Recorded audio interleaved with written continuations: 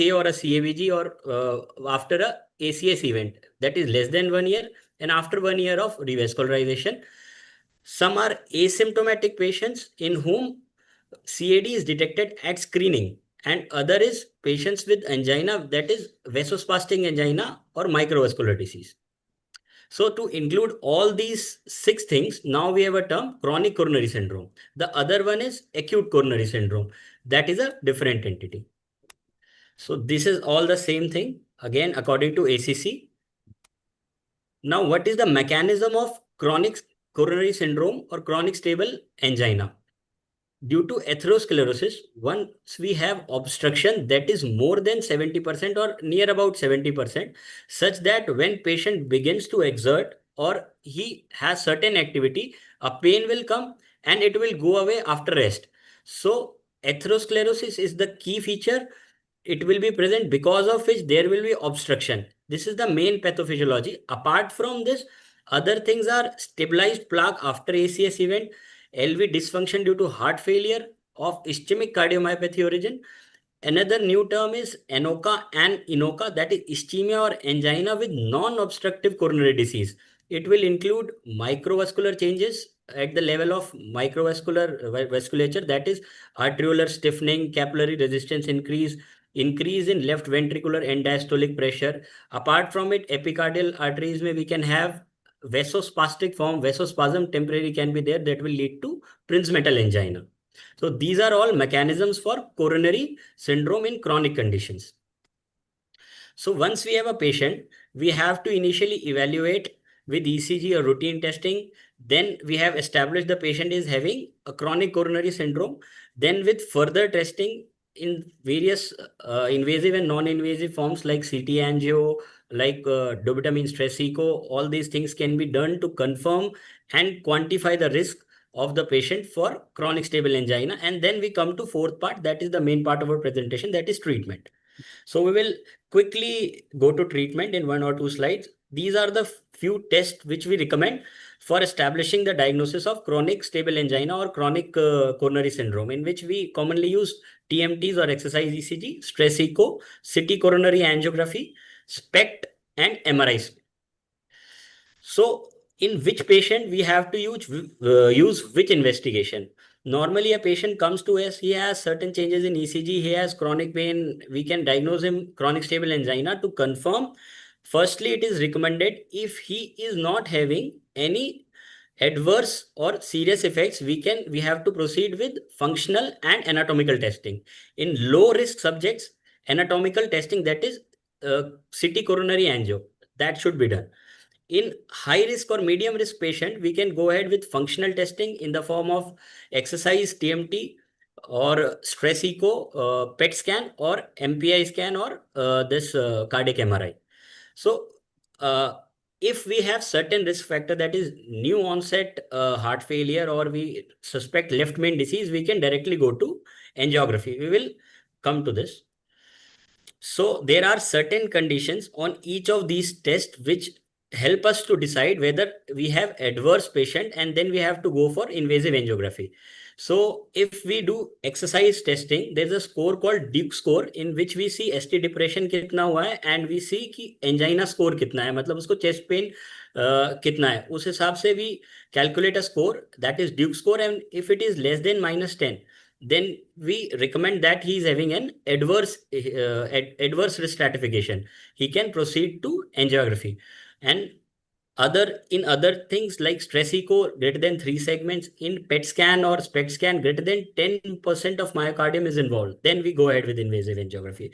And in CT angiography, if we have 3 vessel disease, if we have left main stem lesion, then we go ahead with angiography or revascularization, or we can call it as an adverse event. So coming on to the basic question, a chronic stable angina के patient में when we have to do a angiography and when we have to do a functional or imaging testing. So if the patient comes to us and is not having much of high risk features, if we don't suspect any LM disease or there is no RWMA on echo, new RWMA on echo, that is he's not having any heart failure symptoms, then probably the answer is non-invasive testing should be done first. And if we found these adverse effects on non-invasive testing, then we can directly proceed to angiography, invasive angiography. So now coming on to important part that we will discuss in detail today, that is the treatment part. So treatment part is discussed in four headings. First is lifestyle modification. Second is disease that improve disease modifying drugs that improve prognosis of the patient. One other part is disease modifying drugs that reduce symptoms for the patient. Third, and the fourth one is revascularization, that is PCI and CABG. So coming on to lifestyle modification part, we have firstly nutritional part. We should promote vegetables, fruits, legumes. These all of, we should avoid trans fats, that is baked food. We should avoid less intake of fats, that is saturated fats. Dietary sodium should be restricted, especially for prevention of hypertension. Processed meat that will also have large quantity of sodium, that should be reduced. Refined carbohydrate should be reduced. Sweetened beverages should be reduced, and alcohol should be exempted best. If not, then it should be reduced in quantity to less than 100 gram per week. We should promote polysaturated fatty acids, complex carbohydrate in place of refined carbohydrates, and vegetable, fruits and legumes.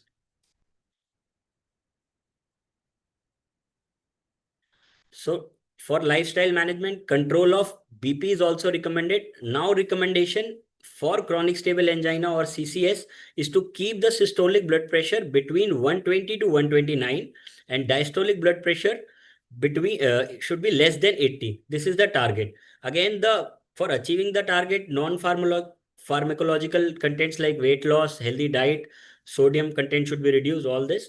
And if the blood pressure is more than 130 by 80, we should start with non-pharmacological plus pharmacological treatment. If the patient is having CCS, in this subset, we will like to add beta blockers to any of the three, maybe ACE inhibitors, maybe calcium channel blockers, or maybe thiazide diuretics. So for treating hypertension in stable angina patients, what we recommend is use of ACE-ARBs 1 or CCB2 or thiazide diuretics, plus in addition we can use a beta blocker. For control of diabetes, for heart failure subset particularly, and even in chronic subset patient, chronic coronary disease patients, we recommend SGLT2 inhibitors, these dapagliflozin and empagliflozin. Now these have revolutionized the treatment of heart failure, and these have become one of the mainstay of the treatment. These are having class 1A indication even for heart failure with preserved ejection fraction if it is accompanied in chronic coronary diseases. For obesity management, now we have a drug semaglutide that is being approved with class 2A indication. However, the use of sympathetomimetic drugs, which we used to study earlier in our pharmacology days, is not endorsed. Apart from these behavioral modification and dietary recommendation, all are these having class 1 indications. And nowadays there is importance of central obesity to identify visceral fat. So this is also important rather than BMI only alone. So this is done.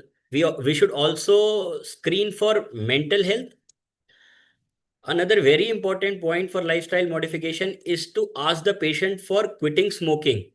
It is having the most important association with the coronary heart disease and lung cancer. We should use every chance to counsel the patient for stopping smoking. It may be with behavior interventions, we have to make him considerate enough to understand that it is very harmful and he should stop that. Apart from this, pharmacotherapy should be used whenever possible in the form of nicotine replacements or bupropion or varenicline. So alcohol should be limited to less than 1 drink in female and less than 2 drinks a day. We should counsel patients regarding sexual health also. Important thing is the use of phosphodiesterase inhibitors should not be used with nitrates. These should not be concomitantly used. Immunization, my recommendation is to have an annual influenza vaccine, COVID-19 vaccine should be recommended, and and 2A recommendation for pneumococcal vaccine. Now coming on to guideline directed medical therapy for angina. So it is divided into two parts. One is to improve symptoms, one is to improve prognosis. So to improve symptoms, we have whole array that will include beta blockers, nitrate, calcium channel blockers, ranolazine, trimetazidine, all these drugs. So it is now recommended to tailor the anti-anginal drugs according to need of the patient. That is, we have to see the heart rate of the patient, and according to that heart rate of the patient and his tolerability, his pathophysiology of angina, and then we have to decide which drug is best for him. Earlier it was recommended to anyway start with a beta blocker or calcium channel blocker. Now, although these are the first line drug, but we have to tailor according to the patient's need. So to start with, generally we start with a beta blocker or a calcium channel blocker. These are having a class 1B recommendation, and if we need, we can add both of them together. And this is having a class 2A recommendation. Now, apart from that, other newer drugs like nicorandil, ranolazine, and ivabradine, these are also used. So among these, second drug that should be added is either long-acting nitrates or ranolazine. After that, nicorandil or trimetazidine, that is having class 2B recommendation. Ivabradine is specifically used basically in cases of CCS when it is accompanied by heart failure and EF is less than 40%. So this is a master chart. Basically, it tells us to how to tailor the therapy. So to start with, we generally start with a calcium channel blocker or a beta blocker, and then we can add further in the form of ranolazine or long-acting nitrates, or then again trimetazidine or this ivabradine if needed. There are certain conditions when we have to avoid certain drugs. If patient has a sick sinus syndrome or is having bradycardia, then we must avoid beta blockers and sinus this ivabradine. Again, diltiazem should be also avoided in such cases. But we can use amlodipine or calcium channel blocker that are dihydropyridines. Again, if we have HOCM-like condition and heart failure or angina is due to that, then we have to avoid nitrates. For vasospastic angina, again, the choice of the drugs are either calcium channel blockers, beta blockers first line, and then we can add nitrates on the second line thing. If the patient is having asthma, particularly we can use cardioselective beta blockers, but as a general trend, we avoid beta blockers in patients with peripheral arterial disease and bronchial asthma patients. If the patient is having accompanied atrial fibrillation, then for use, we can specially use diltiazem and this beta blockers. So again, coming on to ivabradine, we have used ivabradine should only be used in the patients of CCS with LVF less than 40 and having symptoms of heart failure for controlling the symptom. The benefit is only with if ejection fraction is less than 40%. Now coming on to the drugs which modify the prognosis that are important for improving the prognosis. In these, we have 4 types of drugs that are firstly antithrombotic drugs. Secondly, drugs for treating inflammation that will include colchicine, drugs for treating obesity, and lipid treating drugs. These are the 4 broad categories. Firstly, coming on to antithrombotic treatment. So for antithrombotic treatment, we usually recommend aspirin as the first choice in certain condition, particularly if the patient is having any past history of MI or past history of revascularization. After CABG also, it is having class 1A indication. So aspirin is used for disease modifying agent in chronic stable angina patient, mostly lifetime, in the dose of 75 to 100. If the patient is having history of previous MI, is having history of revascularization. Nowadays, clopidogrel can be used as alternative to aspirin as a single antiplatelet agent. It is now having class 1A recommendation. Earlier, aspirin was only recommended for lifelong antiplatelet therapy. Nowadays, clopidogrel is safe as and effective as aspirin monotherapy. This was established by this host exam trial in which we compared the patient for primary composite endpoint of all-cause death, non-fatal MI strokes, and bleeding, and we found out that both this clopidogrel is also effective and safe as aspirin monotherapy. So now, broadly speaking, if the patient has undergone, I will come to the chart that will make you understand easily. Just a minute. Yes. If the patient has underwent a PCI, so for DAPT recommendation is for 6 months. First 6 months should be treated with DAPT, maybe aspirin plus clopidogrel or aspirin plus ticagrelor or prasugrel, any of the above. And if after 6 months, we have to switch for monotherapy. For monotherapy, nowadays, we can use either aspirin or clopidogrel in the dose of 75 OD. So this is new thing that clopidogrel has got 1A recommendation. If again the bleeding risk is high, then we need to modify our DAPT approach. In such cases, if ischemic risk is not so much high, then a tailored DAPT of 1 to 3 months can be used, and then with monotherapy we can follow. If ischemic risk is very high, then maybe we can consider aspirin plus clopidogrel combination for another 6 months, that is up to 12 months or maybe up to 2 years. In that is having class 2A indication, not class 1 indication. And if bleeding risk is very high, then again we can consider DAPT for aspirin clopidogrel for 1 to 3 months, and then alone aspirin or clopidogrel. These are all summarized. Now coming back, yes.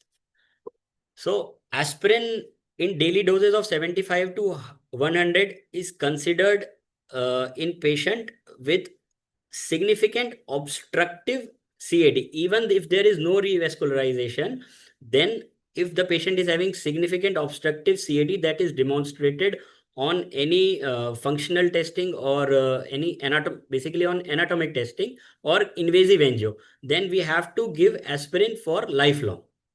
In patients who are not having any history of MI or revascularization, but are having significant obstructive disease that is more than 70%.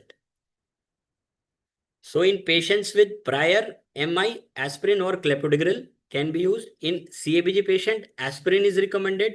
And in patients who are having no history of MI or revascularization, but there is significant obstructive CAD, aspirin is recommended lifelong.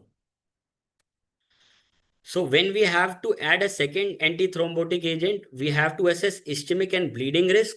And according to that, we can add these all the drugs in stable angina, aspirin plus either rivaroxaban or clopidogrel, prasugrel or ticagrelor.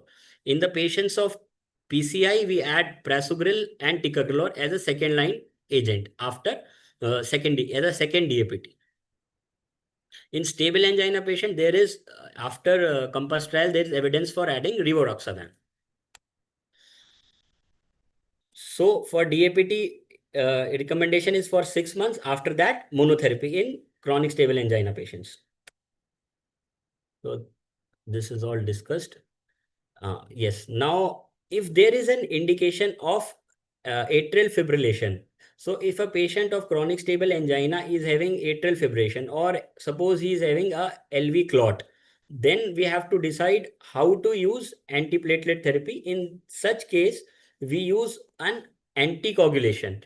So in anticoagulation, what we do is we use triple antiplatelet regime, that is aspirin plus clopidogrel plus a anticoagulating agent, that is preferably a NOACs nowadays, that will include rivaroxaban, dabigatran or apixaban. And then we can cease aspirin as early as 1 week. So early cessation of aspirin and then to continue with clopidogrel plus anticoagulation, that is a NOAC preferably. for up to 6 months if the ischemic risk is not very much high, and up to 12 months if ischemic risk is high. And after 6 to 12 months, we can alone continue with a oral anticoagulant agent. So if a patient is having a need for anticoagulation, we use triple therapy for at least of 1 week, then double therapy up to 6 or 12 months, depending upon the need. And then we follow up with any oral anticoagulant agent alone.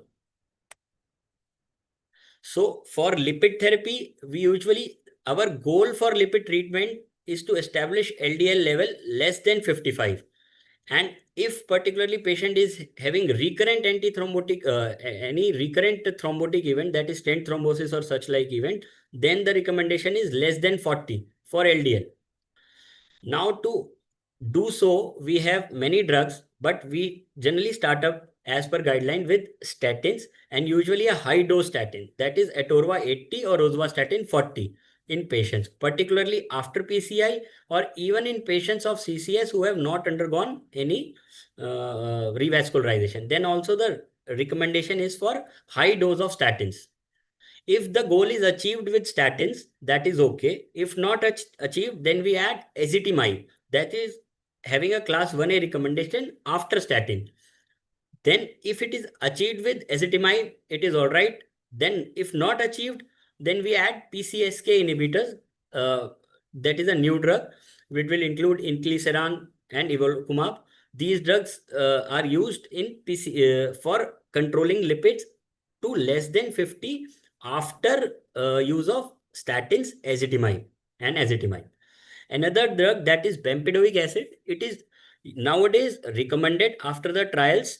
Clear trial is there for this, and it is recommended as an add-on therapy for statin intolerant patient, or it may be added to statin plus ezetimibe combination as an alternative.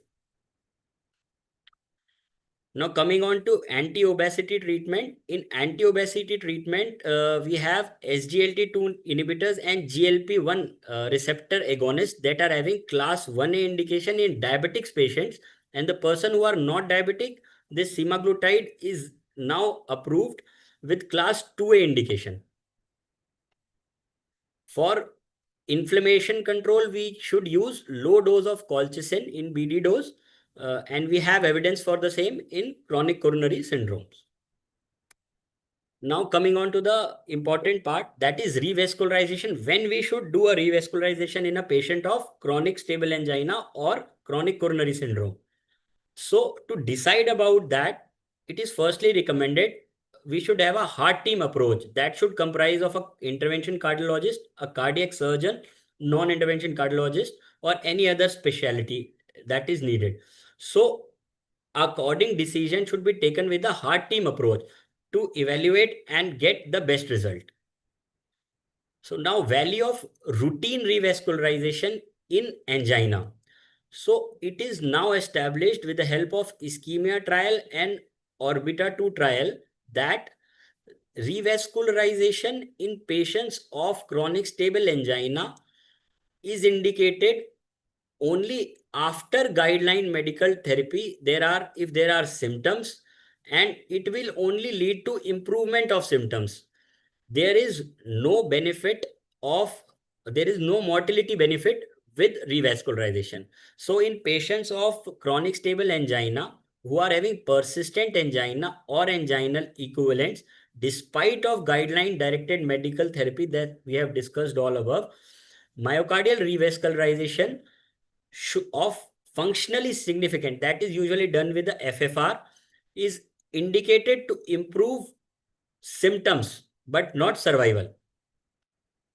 So value of routine early revascularization is now established to reduce symptoms with various trials, and we can see majority of the trials say so in this chart, and this benefit is rendered with reduction of spontaneous MIs that are reduced after revascularization. So this is ischemia trial. Here we see there was benefit in decrease in type 1 MI, but there is no benefit in all cause death. Again, the event rate is generally decreased that is CV death, MI, hospitalization or heart failure or resuscitated cardiac arrest are beginning to reduce in ischemia extend trial, but there is no benefit in all cause mortality. Actually, there is reduction in cardiac mortality, but CV death, that is CV death, but there is increase in other causes mortality. So overall result for revascularization in stable angina patient is not advocated to reduce all cause mortality. So what this is again the same very long-term follow-up with ischemia extend trial. It shows reduction of cardiovascular death, but there is overall there is no benefit as there is increase in non-cardiac deaths in such patients. Now, it is like that, then why the stenting is done or why the CABG is done in such patient? There are particular subsets of patient in which it has been seen that there is benefit of doing revascularization. So we have to identify these risk factors and then treat accordingly. So firstly, coming on to there are basic three subsets. First is left main disease. In left main disease, to treat after treating left main disease in chronic coronary syndrome, we have seen mortality benefits. In treating three vessel disease, that is multi-vessel disease, triple vessel disease, we have seen mortality benefits in CABG and PCI both. And if patient is having a proximal LAD disease, in these three subsettings, there is benefit of treating chronic stable angina with PCI or CABG. So this is if LVF is more than 35%, and if LVF is less than 35, this was established by a very old trial, Stitch trial, in which we saw treating patients with CABG, there was long-term mortality benefit. It was realized after 7 years or 10 years that there was mortality benefit if we treat patients of ischemic cardiomyopathy. This is patients having chronic stable angina plus LVF less than 35%. Then we have a mortality benefit, and that became establishment for CABG in such patients. But if we apply same to PTCA, that is stenting, there was no much benefit. This was established by a revived basic trial in which OMT patients were randomized with PCI patients, and we observed there was no major mortality benefit in PCI patients as compared to guideline directed medical therapy patients. Now, coming on to recommendation, we have already discussed that is heart team approach should be used in chronic stable angina patients above 35% EF. Recommendation for revascularization is there for left main stem disease, for functionally significant triple vessel disease, and maybe two vessel or one vessel with proximal LAD disease. For chronic stable angina patients with EF who are having less than 35%, if at all recommendation is there for treatment, it is with CABG. But in very high risk patients who are not fit for CABG, there is an option for PCI with class 2B indication. So CABG is having class 1 indication and class 2B indication is there for PCI. So another important thing is to treat the patients of triple vessel disease or significant LAD disease in proximal part, that should be guided according to this functional guidance with FFR. We should measure pressure before and after to establish lesion, before and after the lesion to establish the importance of significance of the lesion functionally. So what is now recommended is revascularization in left, if left ventricular ejection fraction is more than 35%, in left main, there should be revascularization. In triple vessel disease, if functionally significant, there should be revascularization. And if their lesion is of proximal LAD, then there should be revascularization. If LVF is less than 35%, then CABG is having class 1A indication, and in very selected patients who have high risk for surgery, PCI can be recommended as class 2B.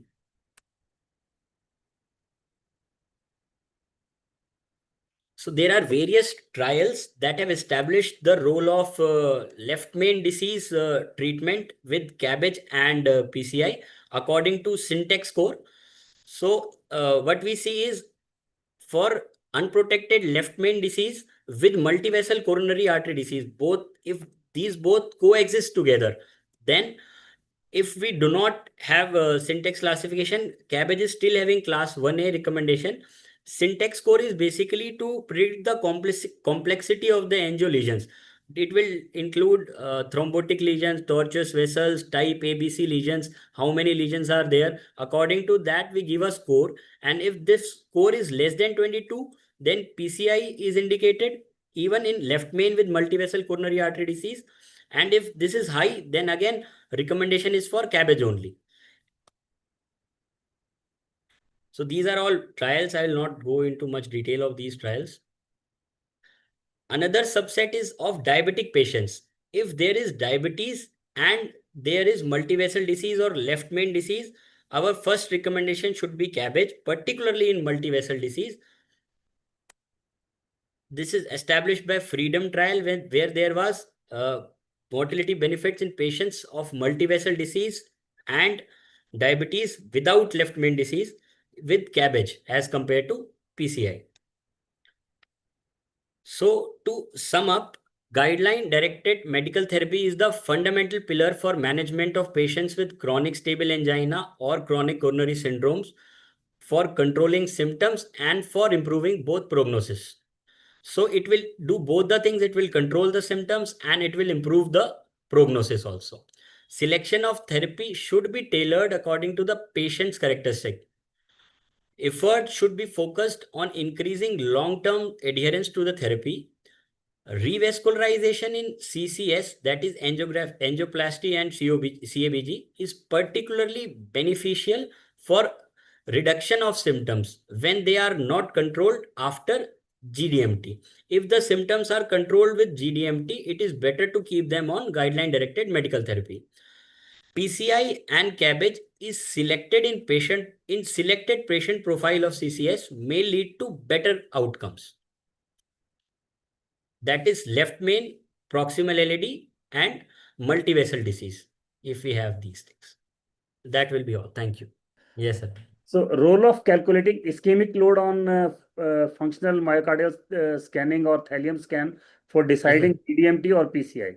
Is there Yes, any sir. role? Sir, actually, this has been covered. If the load is more than 10%, then it is significant load. Then only the patient should be treated firstly. If it is again the same way, first option is guideline directed medical therapy. And if there are symptoms with guideline directed medical therapy, then we can go for revascularization for improvement in symptoms. But there should be any out of these three things, either left main disease or triple vessel disease or this LAD proximal disease for importance of revascularization. Perfect. Is there any consideration for heart rate also for using ivabradine along with beta blockers in patients of CCS? Yes, sir. The first choice for controlling heart rate is always beta blocker, and in second line we should add ivabradine. The target heart rate is between 60 to 70. That is the best heart rate for such patients. Yeah. And particularly using this combination, we should first use and go up with a dose of beta blockers. Then only we should add ivabradine. And in patients particularly of chronic stable angina, the accompanying factor should be heart failure. That is heart failure with reduced ejection fraction. Then only it is recommended, ivabradine. And how to go about patients with CCS and CTO on CAG?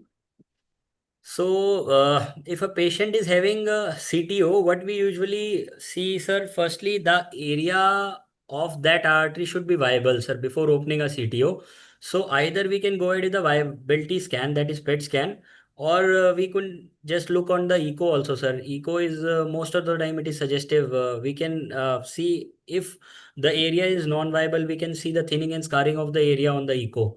So, to assess as in whole, firstly with the echo and then if needed PET viability. And if it is there, then we can go ahead with the CTO opening, sir. Any other question or comment? Dr. Rahul. Thank you, Thank you, sir. Dr. MP Jain sir, and thank you all the delegates who have taken time to attend this wonderful presentation.